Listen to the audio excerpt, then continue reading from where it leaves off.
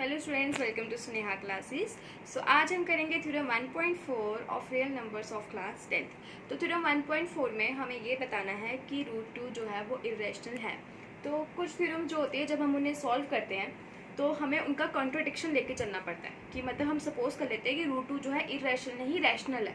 तो बाद में अगर हमारी थ्योरम गलत आ जाती है तो हम ये कहेंगे कि अगर वो रैशनल नहीं है तो मतलब वो इरेशनल होगी, मतलब हम उसका अपोजिट लेकर चलेंगे, लेकिन वो अपोजिट हमने खुद से ही सपोज करना है। तो चलिए स्टार्ट करते हैं। Let us assume to the contrary that root 2 is rational.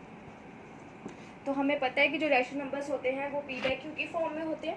तो अगर रूट 2 हम रैशनल ले रहे हैं तो मतलब ये भी हम किसकी फॉर्म में ले रहे हैं, पी बाई क्यू की फॉर्म में। Therefore root 2 is equal to A upon B, मतलब पी अपॉन क्यू की फॉर्म में।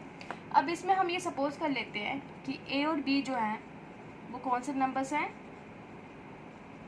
को प्राइम नंबर्स। मैंने आपको बताया था को प्राइम नंबर्स कौन से नंबर होते हैं कि जिनके एटलीस्ट 3 फैक्टर्स हो।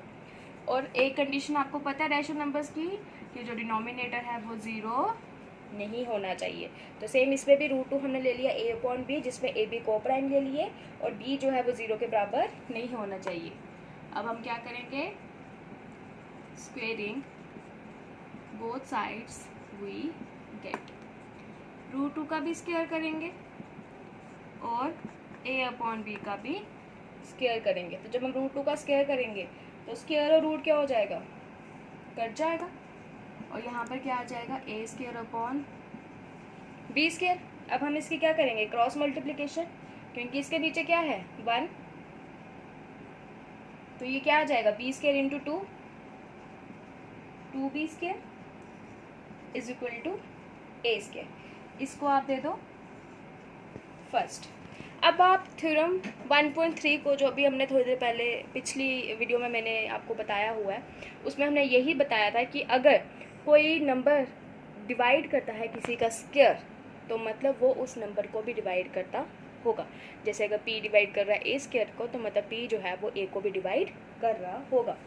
तो इसमें क्या है, सो 2 डिवाइड्स ए स्क्वायर, इसमें 2 जो है वो स्क्वायर को डिवाइड कर रहा है तो मतलब 2 किसको डिवाइड कर रहा होगा, a को भी। It means 2 divides a। ये हमने किस बेसिस पे किया, थ्योरम 1.3 के बेसिस पे। आप यहाँ पर अगर चाहें तो आप यहाँ पर थ्योरम 1.3 की पूरी स्टेटमेंट भी एज अ रीजन में दे सकते हैं। अब लेट अस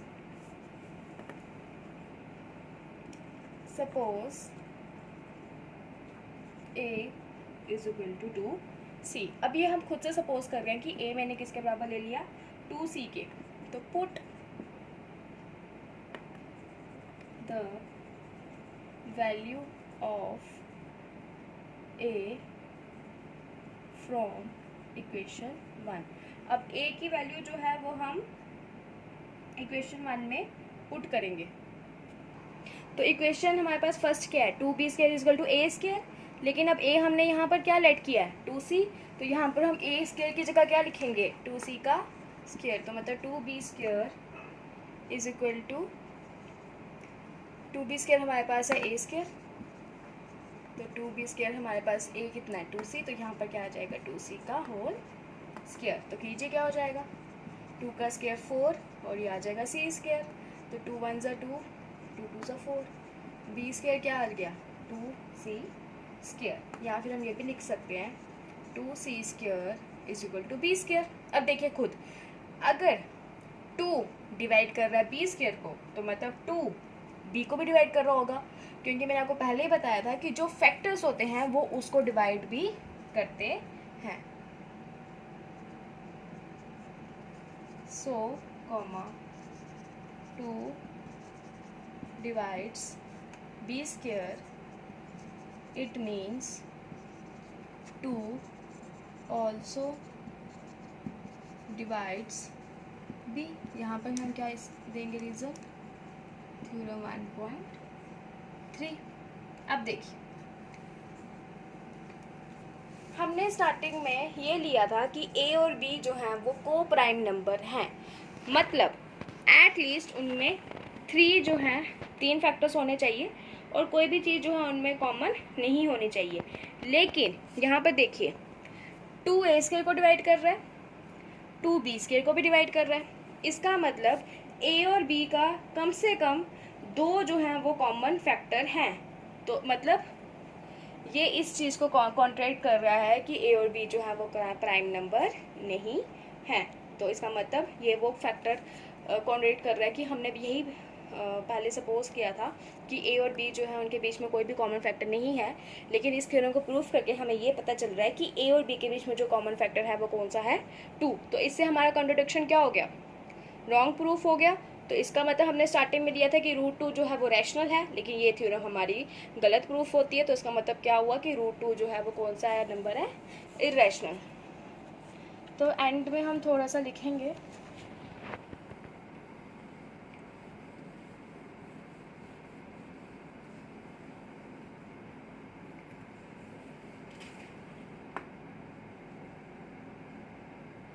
एंड में हम लिखेंगे therefore A and B have at least 2 as a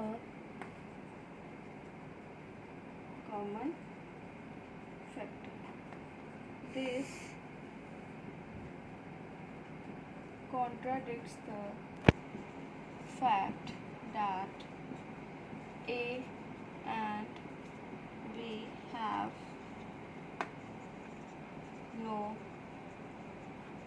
common factor. Thus,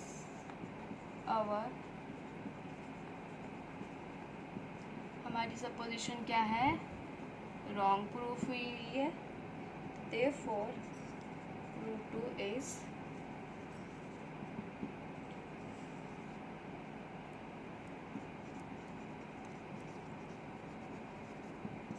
तो यही हमारी थ्योरम थी। तो हमने थ्योरम पहले सपोजिशन से स्टार्ट किया था ये सोच के कि वो को प्राइम नंबर्स हैं, तो मतलब उनके बीच में कोई भी कॉमन फैक्टर नहीं होगा। लेकिन जब हमने थ्योरम प्रूव की तो हमें ये पता चला कि उनके बीच में 2 कॉमन फैक्टर है, तो इसका मतलब ये कॉन्ट्रडिक्ट कर रहा है फैक्ट को। तो मतलब √2 जो है वो क्या है, irrational. So please subscribe our channel and अगर आपको कोई भी डाउट है तो आप हमें कमेंट सेक्शन में लिख सकते हो। Thank you.